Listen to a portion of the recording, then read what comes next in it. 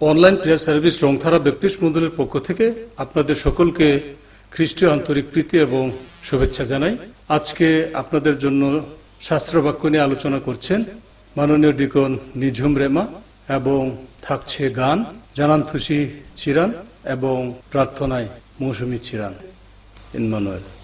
প্রিয় সুধী মণ্ডলী, প্রারম্ভে পিতা ঈশ্বরের চরণে আমার ব্যক্তিগত ও পরিবারের পক্ষ থেকে উপস্থিত সকলকে ও শ্রোতা মণ্ডলীকে প্রাণঢালা খ্রিস্টীয় শুভেচ্ছা জানাই। অত্যন্ত আনন্দের বিষয়, এক সপ্তাহ পর আবারও আমরা একত্রে জীবন্ত ঈশ্বরের গৌরব মহিমা প্রকাশের জন্য সুন্দর সুযোগ পেয়েছি। এমনিভাবেই প্রতিদিন যেন আমাদের সকলকে তার গৌরবের জন্য ব্যবহার করেন।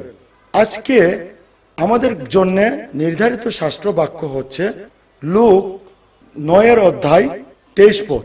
লুক 9 অধ্যায় 23 পদ লেখা আছে, আর তিনি সকলকে বলিলেন, কেহ যদি আমার পশ্চাৎ আসতে ইচ্ছা করে তবে সে আপনাকে অস্বীকার করুক, প্রতিদিন আপন ক্রুশ তুলিয়া লোক এবং আমার পশ্চাৎগামী হোক।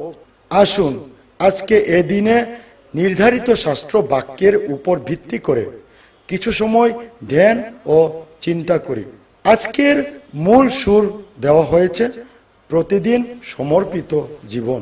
মূল সুর ও শাস্ত্র বাক্যের উপর নির্ভর করে সংক্ষিপ্তভাবে ধ্যান করি। শাস্ত্র বাক্যে জোর দেওয়া হয়েছে, 1. নিজেকে অস্বীকার করি। পবিত্র শাস্ত্রে অস্বীকার সম্পর্কে প্রকৃত উদাহরণ হচ্ছে পিতর প্রভু যিশুকে 3 বার অস্বীকার করেছেন, বলেছেন আমি উনাকে চিনি না। অনুরূপভাবে নিজেদের বেলায় আমরা কি বলতে পারি? আমি আমাকে চিনি না, আমি আমাকে জানি না। আমরা কি বলতে পারি? আমার দ্বারা এ মন্দ কাজ হবে না, আমার দ্বারা এ অনৈতিক কাজ হবে না, আমি কোনো দুর্নীতি করি না। সবার অর্থের প্রয়োজন আছে, কিন্তু একজন বিশ্বাসী সে নিজেকে অস্বীকার করে বলবে, আমি অন্যায় করে কোনো আর্থিক লেনদেন করব না। নিজেকে অস্বীকারের অর্থ অহংকার, কোনো বিশ্বাসীকে কোনোভাবে স্পর্শ করবে না। নিজেকে অস্বীকারের অর্থ লোভ, কোনো বিশ্বাসীকে কোনোভাবেই স্পর্শ করবে না। নিজেকে অস্বীকারের অর্থ দাম্ভিকতা, ক্ষমতার অপব্যবহার, কোনো বিশ্বাসীকে কোনোভাবেই স্পর্শ করবে না। 2. দ্বিতীয়ত বলছে নিজের ক্রুশ তুলে নিতে। একজন বিশ্বাসী তার নিজের ক্রুশ নিজেই তুলে নেবেন। নিজের ক্রুশ তুলে নেওয়ার অর্থই হলো সর্বদা বিশ্বাসীরা যেন প্রস্তুত থাকে যে কোনো দুঃখ কষ্ট ভোগ করার।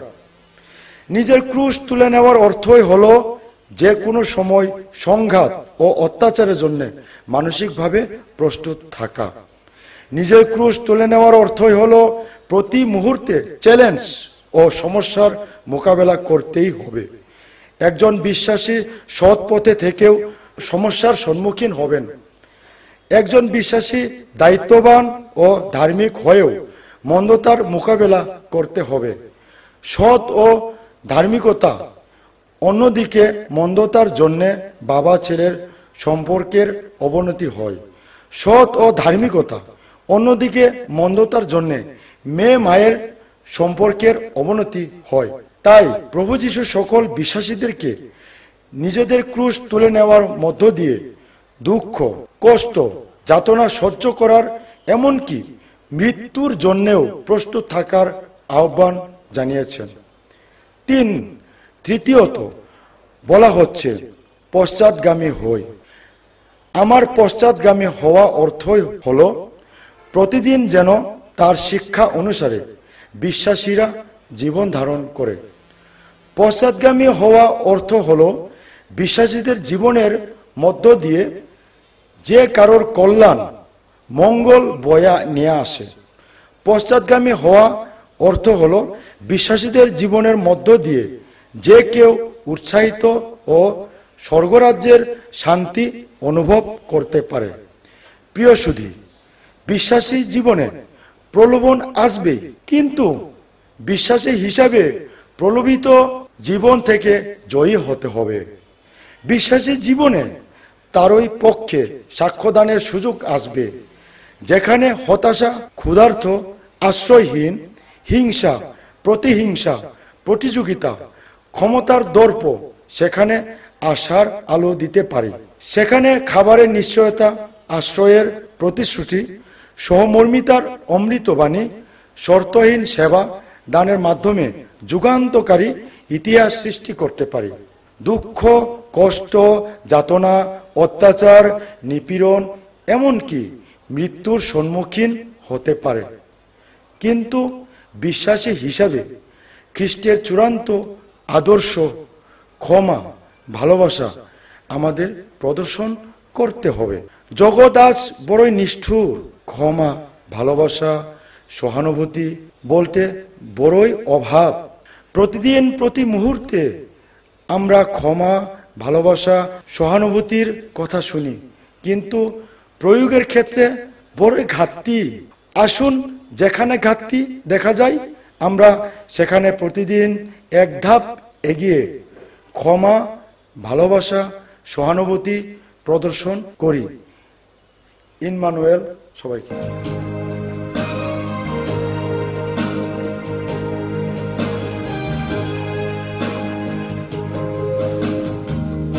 ঈশ্বর প্রভু, আমি হই আপন হারা, দেখি যখন তব বিশাল ভুবন, চাঁদার তারা, বিদ্যুৎ ঝড় মেঘমালা, করে প্রকাশ তব সুপরাক্রম। গায় আমার প্রাণ সদা তোমারে গান, তুমি মহান, তুমি মহান। ত্রাতায় আমার লও প্রীতি উপহার, তুমি সুন্দর, চির সুন্দর।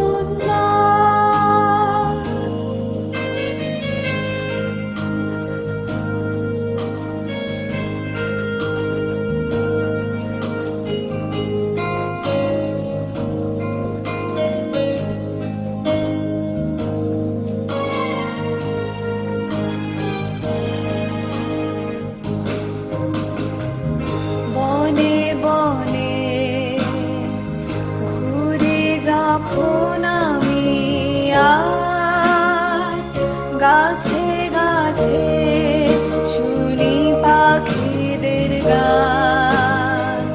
বিরাট পর্বত ও ঝর্ণা সব চমৎকার, মধুর বাতাস করে সুশীতল প্রাণ। গায় আমার প্রাণ সদা তোমারে গান, তুমি মহান, তুমি মহান।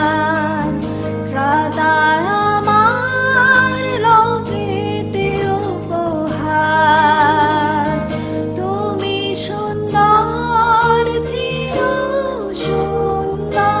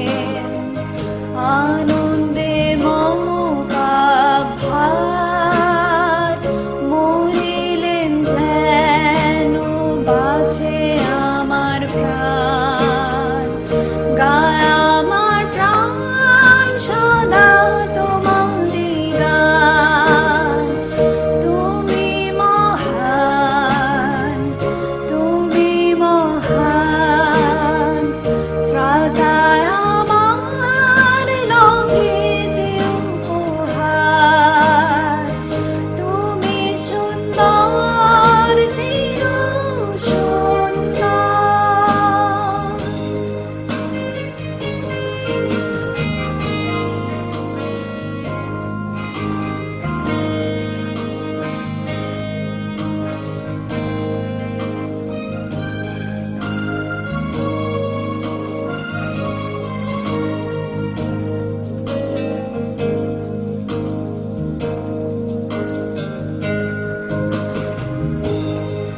আসুন আমরা প্রার্থনা করি।